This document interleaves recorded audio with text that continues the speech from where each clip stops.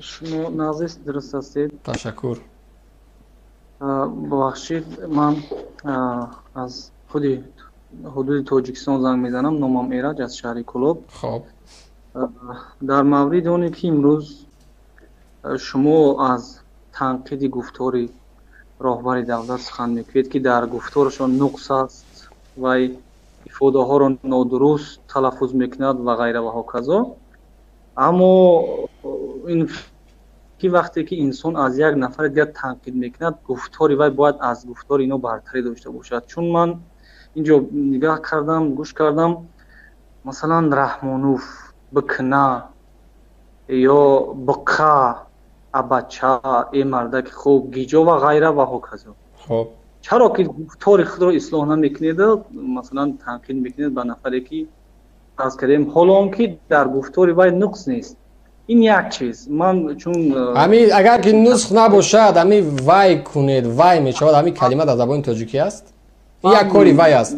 ما بارها وای کرده بودیم. یک همی عبارت اما است مضمون منطق همی عبارت را ساده کرده برای من بفهمم.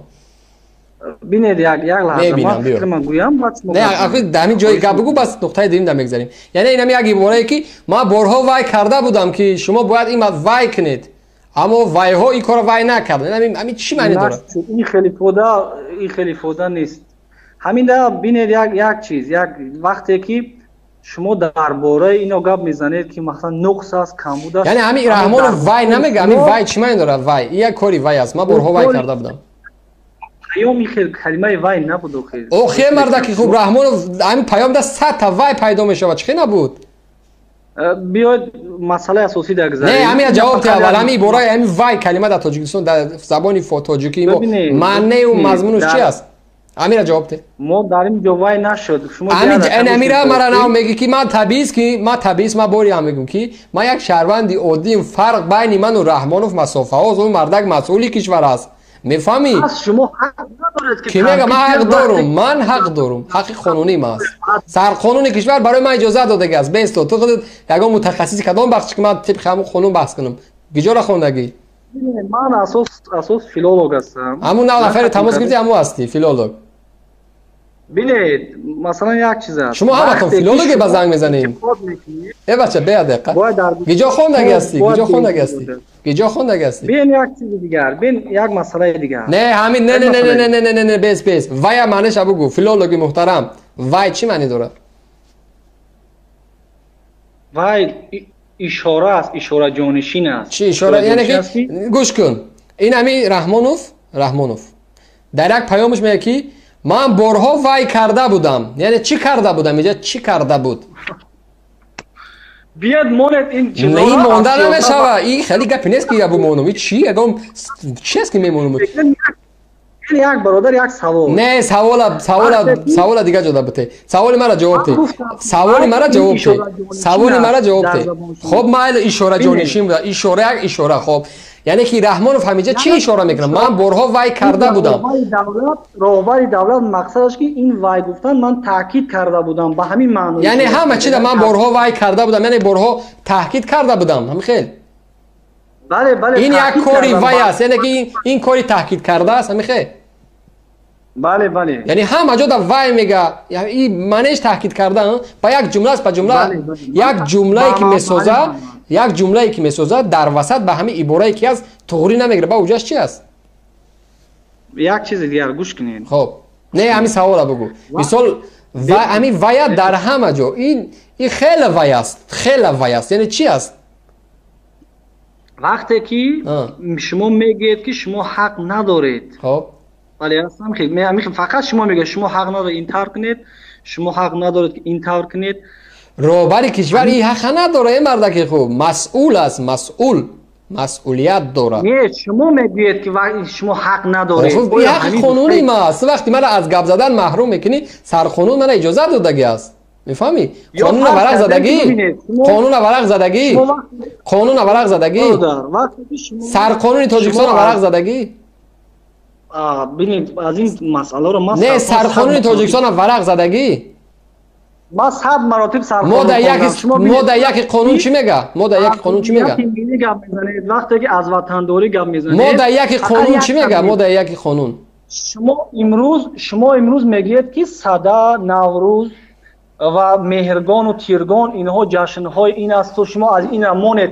پس احساس هویت ملی شما کجا هست؟ او یک جشن وای است، یک جشن وای است. بازگوی تاریخ ملت بازگوی میکنند. مردکی خوب در پیام تاریخ گجا و سنت گجا و فرض گجا و فقه گجا.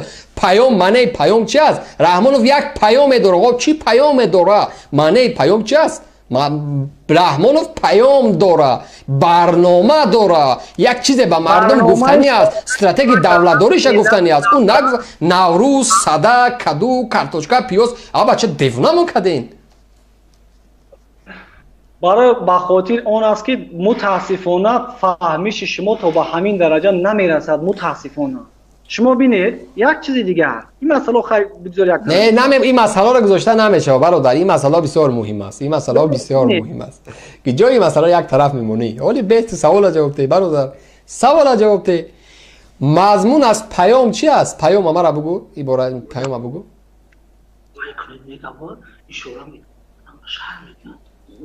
ببینید یک چیز است. وقتی که شما میگید اینجا عدالت پیاده که یک به یک بحث میشه و سه به یک نمیشه. ببینید ما همگی یک نفر یک کسی قبلا یک از کدام از کدام کمیته تماس میگیری؟ از کدام کمیته؟ ما با خداوند در کدام خوابگاه خوبی؟ در کدام خوابگاهی؟ در یگان جا نیستم، در خانه استقامتی. اگر لازم باشد ما صورت میگیرم. با این مردک نه قبلا یک بچه گپ زد، قبل از او یک دختر دیگه گپ زد. شما چی خنین؟ من خیلی اویلوی نه یک اویلای کلان در خونه این. مرا در منبر آزاد زنگ میزنه. منبر آزاد دیگه منبر آزاد گفت توری سر برو. اویلا یک فامیلی کلان درست؟ یک اویلای کلان. ندارم زنگ زنم. ها؟ ما حق برای زنگ زدن ندارم. شما حق داری بیا بفرمایید. ببینید خب ببینید یک چیز. وقتی که شما میگین که برای درباره مهاجرت گپ میزنید برای خدمت تاجیک برای اجنبیان. خب وقتی که مشکل پیشنهاد میکنید گپ میزنید یک بار مقایسه کنید. و در زمان اتحاد شوروی هم خیلی امکاناتون نبود. این برای کشور امکانیت هست که وای به آفریقا رود، وای به در تاجیکستان همین مهاجرت چند زینه داره؟ به همین مهاجرت برای من بگو که مهاجرت چند کاتگوری داره؟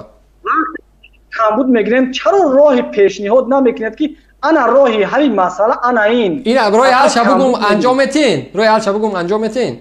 اجرا میکنین؟ همچون اینکم پیشنهاد که این هم راه حل اینا پیشنهاد میکنم. راه حل مردم تاجیکستان از این مشکلات بیرون شدن، از بین رفتن حکومت اویلوی 30 ساله رحمانوف، ساختن یک جامعه سالم، باز کردن فضای سیاست، فضای اقتصاد، فضای فرهنگ، فضای طب، فضای دین در تاجیکستان، جلب کردن سرمایه گذاران داخلی و وطنی و خارجی در داخل تاجیکستان و از بین بردن خش و تواربازی یزنه دادر یزنه، خسر دادر خسر در وظیفه ها. تا زمانی که داماد وزیر است، دختر رئیس است، فرزند شهردار است، خاله مینیستر است، امکی کان میگیره، کانی انگیز است، تقاعد پسرنیک است، جامعه پیش نمی رود. این پیشنهاد برای مردم تاجیکستان، پیشنهاد من مجری برنامه صدای مردم همی است که باید که در زینه اول حکومت 30 ساله اویلوی از بین برود. تا زمانی که این حکومت در سر قدرت هست، تمامی فضای سیاست تاجیکستان در یک توپیک آمده بسته شده است. هیچ صاحبکار آزاد نمیتونه صاحبکاری خودش انجام بده. به طور مثال در سال 2020 زیاده از 24,000 کارخانه های خرد و میانه از کار از فعالیت ماندن. سببش گرانی انداز، سببش مشکلات هایی که اولاد و اجداد این نفرام بیان همون صاحبکار از ظلم میکنن، ملکیتاش میگیرن، با اندازه میبرن که وطن فرار میکنه. سبب دیگهش تمامی صاحبکارای بزرگ وطنی زندان میکنن. این سبب ها، این پیشنهاد است انجام بشود. اینا اگه ما شما را با دقت گوش کردیم، یک آداب صحبت هم که شما ما را گوش نکنید، ما گپ زنم. خب مثلا فقط اکثریت تماشا میکنم همیشه و همیشه از تنقید میکنید. شما یک بار ببینید که رهبر دولت در زمان رهبریش چیکار کرد؟ نفرانی که حتی خیانت به وطن داشتن. بس یه دقیقه صبر کن، یه دقیقه. از این نقطه پایان را که من همین شوم دیده ترین موضوعی که میخواین باز خیانت وطن سول ملت فلان این خوابات برات علاوه دریا بگو. مثلا این پیام رحمانوف میریم من گوش نمیکنم. اگر همین دعوای تو با سری که رحمانوف صلح کرد و با آغوش گرفت و آخه امروز چیکار کرد در صلح خیانت کرد سر این نمیره. شما تا آخر گوش کن، آداب گوش کردن خواهش میکنم. من شما را گوش کردم بارها و صدها مراتب خیانتکارا دیگر را عفو کرد، در پیامش عفو اقتصادی اعلان کرد. چرا شما اینقدر دلسوزی یک بار اقلا میلش رهبر دولت گناهگار، چرا یک نفر یک وزیر رو عفو نمیکنید اقلا در نزد وجدانتون؟ برای چی عفو کنید؟ وقتی یک جنایتکار عفو کنم انا یتیموف دیگر خیلی و انا فلانی دیگر خیلی، چرا در نزد وجدانتون اقلا بگذار رحمانوف گناهگار، بگذار اویلش گناهگار، بگذار پیروانش یعنی قبول میکنی که گناهگارن؟ قبول میکنی گناهگارن؟ نکردم. این ایدئای شما است که گناهگار است. این ایدئای شما است که گناهگار است. چرا شما در نزد وجدانتون اقلا یک مراتب یک وزیر تاجیکستان عفو نمیکنید؟ برای چی عفو کنم؟ یک جنایتکار ما عفو کنم؟ من دیوانه هستم یک جنایتکار عفو میکنم؟ یک قاتل عفو کنم؟ عدالت نیست.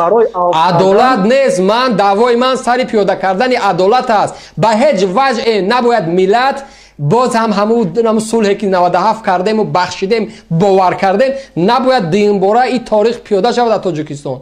بخشیدن این گپا نباید باشه. هر کسی که تجاوز کرد، خیانت کرد، جنایت کرد جاش زندان است. فهمیدی؟ این گپا این فلسفه را ویل بگه که بچه شما یه بار وزیر بچه یتیموف دستاش در درون خون هر روز ملت هم میکشه ما او را عفو کنم؟ رحمانوف هر روز مالکیت دولت هم میفروشه ما را عفو کنم؟ رستم هر روز میلیون ها بودجه کشور هم میبرد در دیسکو کلوب ها صرف میکنه ما را عفو کنم؟ از کجا گرفته این گپا؟ این خیلی گپ نیست. عفو کن.